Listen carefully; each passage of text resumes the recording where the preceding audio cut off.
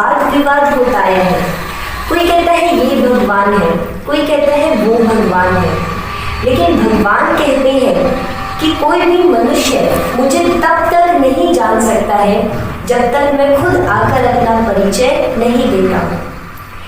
इसलिए श्रीमद् भगवत गीता के आधार से हमने यह जाना कि भगवान सिर्फ एक निराकार को ही कहा जा सकता है, जिनका रूप ज्योतिर्बिंदु है, जिनका नाम शिव है, जिसका अर्थ होता है कल्याणकारी। आज के वीडियो में हम समझेंगे कि क्या वो सर्वशक्तिवान परमात्मा सभी का कल्याणकारी, वो सर्वव्यापी है? क्या सभी भगवान है या भगवान सिर्फ एक ही है? आज हमसे कोई भी पूछता है कि भगवान कहाँ है, तो हम बड़ी खुशी से कहते हैं कि वो तो कण कण में बैठा है, उसका तो कण कण में अस्तित्व है। और हम गायन भी बड़ी खुशी से करते हैं कि मुंह फेर के जिधर देखूं तू ही तू नजर आए, हम छोड़ के दर तेरा अब और किधर जाए। गायन तो हमने बड़ा सुंदर किया, लेकिन उसका अर्थ हमने नहीं समझा। चलिए एक स्टोरी सुनते हैं। एक बार एक आश्रम में गुरु अपने शिष्यों के साथ रहते थे।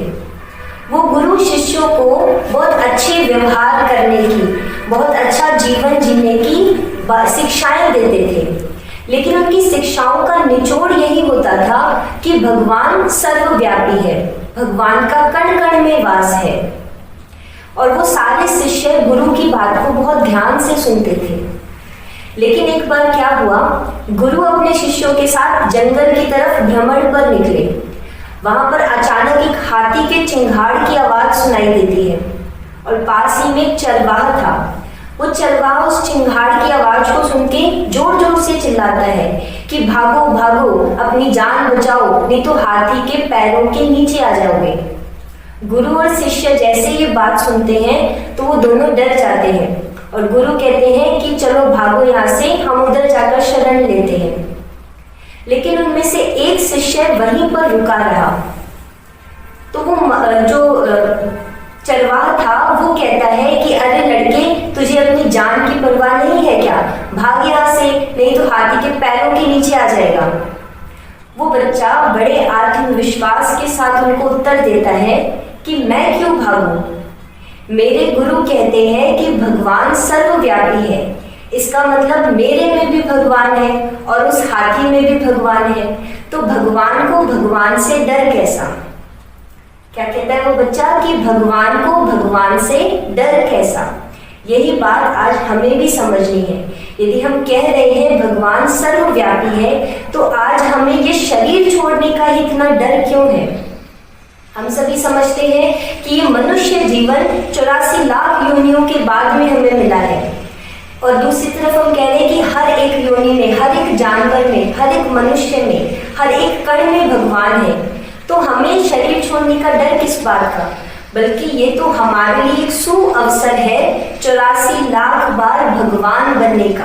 तो ये तो खुशी की बात है, तो इसमें हमें डर किस बात का है ना? कभी कोई सिचुएशन आती है तो हम क्या कहते हैं कि अरे ऊपर वाला संभाल ले। यदि भगवान सर्वव्यापी है तो हम ये क्यों नहीं कहते कि नीचे वाला संभाल ले, हम कहते हैं ऊपर वाला संभाल ले।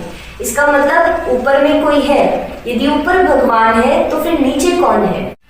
आप स्वयं विचार कीजिए कि यदि भगवान सर्वव्यापी है तो फिर आज इस संसार में इतना दुख, इतना पाप, इतना भ्रष्टाचार क्यों है?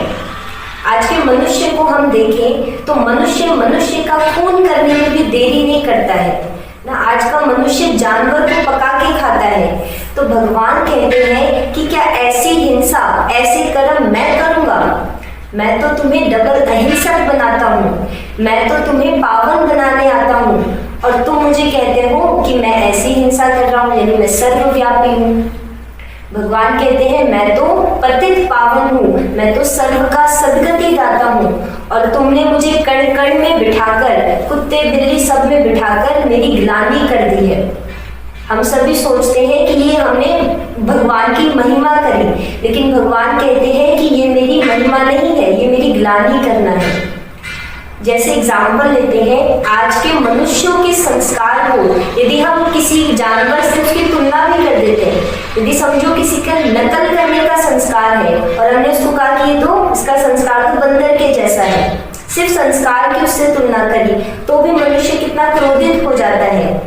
और भगवान को तो हमने क्या कहा, वो हर एक जानवर के अंदर बैठा है। तो सोचिए भगवान की कितनी ग्लानि की है हमने, कितनी बड़ी ग्लानि है ये।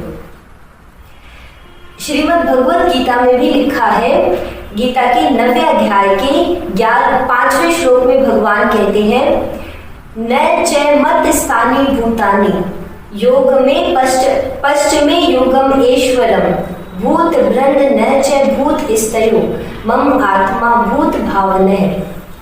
परमात्मा कहते हैं कि इस संपूर्ण जगत का ज्ञान मुझ में व्याप्त है, इस संपूर्ण जगत मुझ में व्याप्त है, यानी उसका ज्ञान मुझे है, लेकिन ये सभी भूत मेरे में स्थित नहीं है। मतलब हम सभी मनुष्य आत्माएं भगवान में स्थित नहीं है। आगे परमात्मा समझाते हैं कि मेरी योग माया का प्रभाव तो देखो, इन सभी भूतों का धारण पोषण करने वाला मैं हूँ, लेकिन मैं भी उनमें स्थित नहीं हूँ। कितना क्लियर भगवान यहाँ कह रहे हैं कि ना तो मनुष्य आत्माएं मुझ में स्थित है और ना ही मैं मनुष्य आत्माओं में स्थित हूँ। इसका अर्थ है कि भगवान सर्वव्यापी नहीं है। हाँ, भगवान के गुण सर्वव्यापी है, क्योंकि हम सभी परमात्मा की संतान हैं, तो परमात्मा के गुण हम सभी के अंदर हैं। यदि भगवान शांति का सागर है तो हम उनके बच्चे शांति के स्वरूप हैं। यदि भगवान सुख का सागर है तो हम बच्चे सुख के स्वरूप हैं। लेकिन इसका मतलब यह बिल्कुल भी नहीं है कि हम में वो भगवान है। जैसे एक एग्जाम्पल हम लेते हैं, सूर्य की किरणें यदि किसी क्रिस्टल के ऊपर या किसी मिरर के ऊपर पड़ती है तो रिफ्लेक्शन के कारण प्रकाश हमें महसूस होता है, प्रकाश हो जाता है।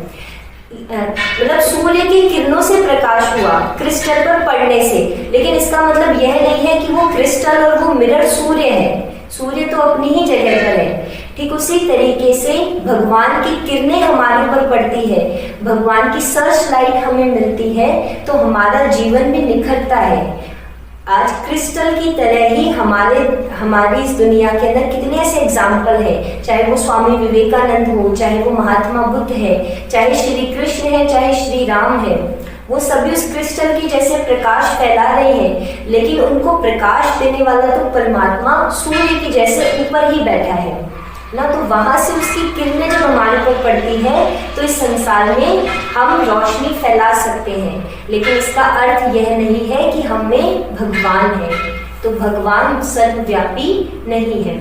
अल्बर्ट आइंस्टाइन कहते हैं कि इस ऊर्जा, इस संसार में जो ऊर्जा व्याप्त है, उस ऊर्जा को प्रदान करने वाला ऊर्जा का स्रोत जरूर इस यूनिवर्स से बाहर है। तो अब प्रश्न यह उठता है कि यदि भगवान सर्वव्यापी नहीं है तो फिर भगवान कहाँ है? तो उसका भी परिचय भगवान ने श्रीमद् भगवत गीता में बताया है। गीता के 15वें अध्याय के 8वें श्लोक में परमात्मा कहते हैं कि न तद भास्यते सूर्यो न शशांको न पावकः यद गत्वा निवृतन्ते तद धाम परम मम। अर्थात परमात्मा समझाते हैं कि जहाँ सूर्य का प्रकाश नहीं है, जहाँ चंद्रमा की चांदनी नहीं है, जहाँ अग्नि का तेज नहीं है और जो इन पांचों तत्वों से परे है, वही मेरा परम धाम, मेरा निवास स्थान है। अर्थात मैं परम धाम निवासी हूँ। उसी परम धाम को हम अनेक नामों से जानते हैं। उसे हम निर्वाण धाम, ब्रह्मलोक, छठा महातत्व, सातवां आसमान, ऐसे कई नामों से जानते हैं और वो हमारा भी घर है। कहावत है, अपना घर दाता का दर। तो जो परमात्मा का घर है वही हम सभी आत्माओं का भी घर है। और जैसे कि गीता में बताया है, धर्म ग्लानि के समय परमात्मा इस धरा पर अवतरित होते हैं। तो परमात्मा शिव परम धाम से धर्म ग्लानि के समय इस धरा पर मनुष्य का तन का आधार लेकर अवतरित होते हैं। इसलिए गीता में बताया है, 9वें अध्याय के 11वें श्लोक में परमात्मा कहते हैं, आप जानन्ति मां मूढ़ा मानुषी तन्माश्रितम परम भाव मम जानन्तो मम भूत महेश्वरम। अर्थात मैं मनुष्य तन का आधार लेकर के यह ज्ञान समझाता हूँ, लेकिन साधारण मनुष्य मुझे तुच्छ समझकर दुत्कार देते हैं, मुझे नहीं पहचानते हैं। और परमात्मा मनुष्य तन का आधार लेकर क्या कहते हैं? भगवान कहते हैं कि मुझे भूलने से ही तुम्हारा यह हाल हुआ है, तुमने मेरी इतनी ग्लानि की है, तुमने इतने विकर्म कर दिए, इतने पतित बन गई हो। अब मन मनाभव अर्थात मुझे याद करो। जब तुम मुझे याद करेंगे तो तुम्हारे जीवन फिर से खुशियों से भर जाएंगे। तो आज के वीडियो में हमने यह जाना कि परमात्मा सर्वव्यापी नहीं है, परमात्मा परम धाम निवासी है और परम धाम से मनुष्य तन का आधार लेकर के यह गीता का ज्ञान वर्तमान समय पर सुना रहे हैं। ओम शांति।